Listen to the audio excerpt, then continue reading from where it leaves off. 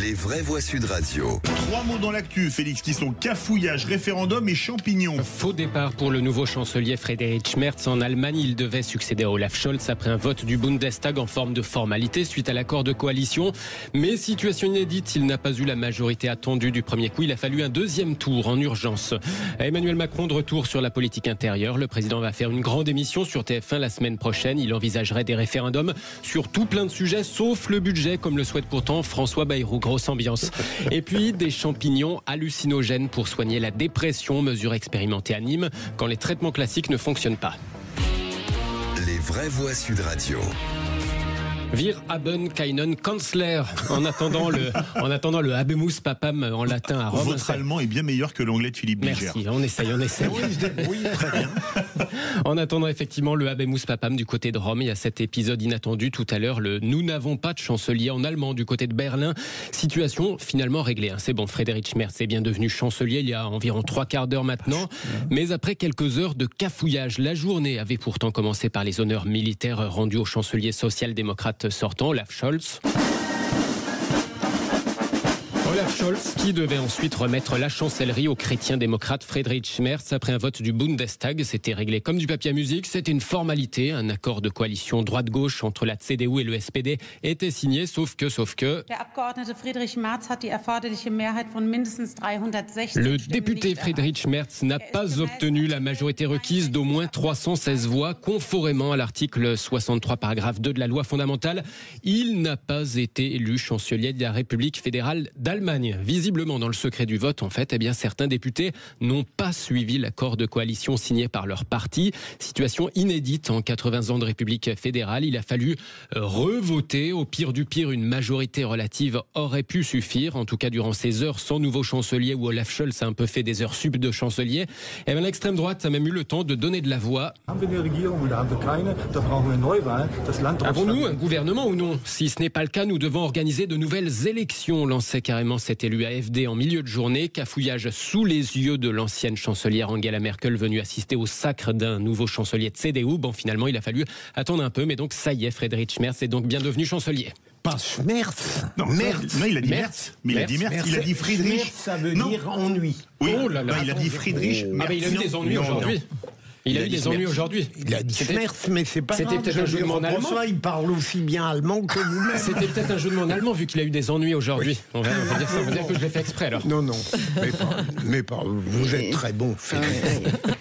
Allez, le deuxième mot, référendum. Emmanuel Macron envisagerait d'en annoncer lors de sa grande émission la semaine prochaine. Oui, le chef de l'État de retour sur la politique intérieure après bientôt 5 mois de gouvernement Bayrou et un an sans majorité même relative. Il est de retour. Emmanuel Macron sera l'invité d'une émission en prime time sur TF1 mardi soir, mardi de la semaine prochaine avec Gilles Boulot. Son entourage fait savoir qu'il pourrait annoncer ou en tout cas envisager publiquement de lancer des référendums. Sont évoqués des sujets comme l'organisation territoriale du pays ou encore les rythmes scolaires sur lesquels le président avait déjà annoncé une convention citoyenne. Bref, des référendums sur à peu près tout sauf le budget, comme l'avait publiquement envisagé François Bayrou. La prérogative du référendum est bien celle du président et donc l'idée du Premier ministre a priori semble avoir fait un petit flop du côté de l'Élysée. Et moi, il y a un sujet en ce moment, s'il devait y avoir un référendum, c'est la fin de vie. Pourquoi, par exemple, on partirait pas là-dessus s'il veut absolument un référendum ? Moi, d'abord, à titre personnel, je n'aime pas cette proposition, mais est-ce que ça n'est pas un sujet trop délicat, trop complexe, trop intime pour faire l'objet d'un référendum ? Je vois mal comment une campagne sur un tel sujet pourrait véritablement éclairer, je sais pas. Virginie Calmel. Je prenais un exemple, parce que les rythmes scolaires, je pense que ça va pas attirer les gens aux urnes. Et si l'immigration, on pouvait... Mais on peut pas, alors, au moins c'est réglé. Enfin, là encore, les prérogatives du président pourraient se porter sur des sujets fondamentaux pour les Français. Là, on a quand même l'impression, en tout cas dans ce qui fuite, ce qui n'est pas une annonce, que quand même on est sur le petit bout de la lorgnette. Donc ça, c'est un peu dommage. Et alors effectivement, le sujet de la fin de vie est un sujet crucial. Mais tout ce qui est sociétal est extrêmement clivant politiquement. C'est compliqué. À chaque fois, ça divise tout le monde. Donc, y compris dans les mêmes camps. Donc là, en plus, on a l'élection des Républicains en parallèle. Enfin bref, il y a le congrès du PS. Le congrès du PS. Enfin bon, il y a plein d'enjeux. Moi, je suis d'accord avec Philippe Bilger. Je pense qu'à un moment donné, il faudrait plutôt aller sur des sujets. Et je trouve que François Bayrou, pour le coup, sur le budget, il était sur quand même un sujet fondamental. C'est-à-dire que les arbitrages budgétaires et le cap, parce que derrière un budget, derrière des chiffres, c'est une vision stratégique en fait pour le pays.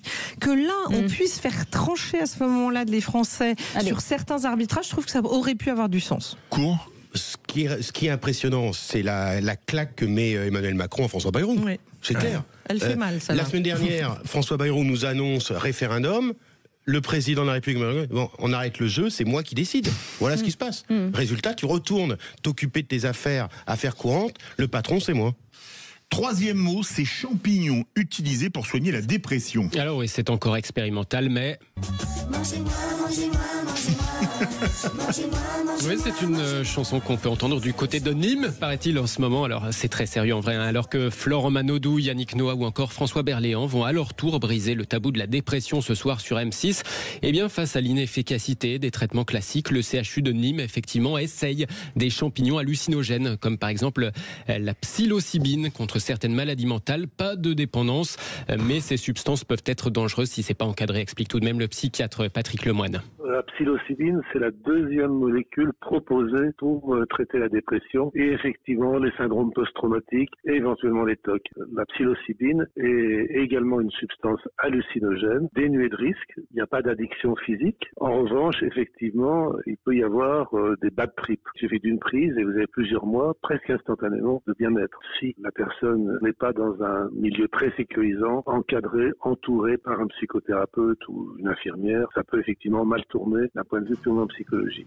Patrick Lemoine, psychiatre, auteur de Santé psychique, des écrivains et de leurs personnages aux éditions Odile Jacob. Il était joint par François-Louis Bourneau pour Sud Radio. En tout cas, d'autres substances psychédéliques avec des effets similaires, comme par exemple le LSD, la DMT et la mescaline sont aussi étudiées. Merci beaucoup Félix Mathieu. Allez, vous restez avec nous dans un instant.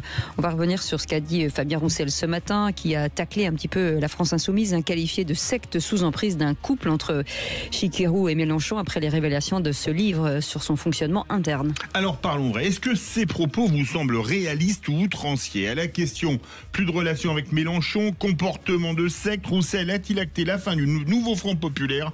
Vous dites oui à 56%.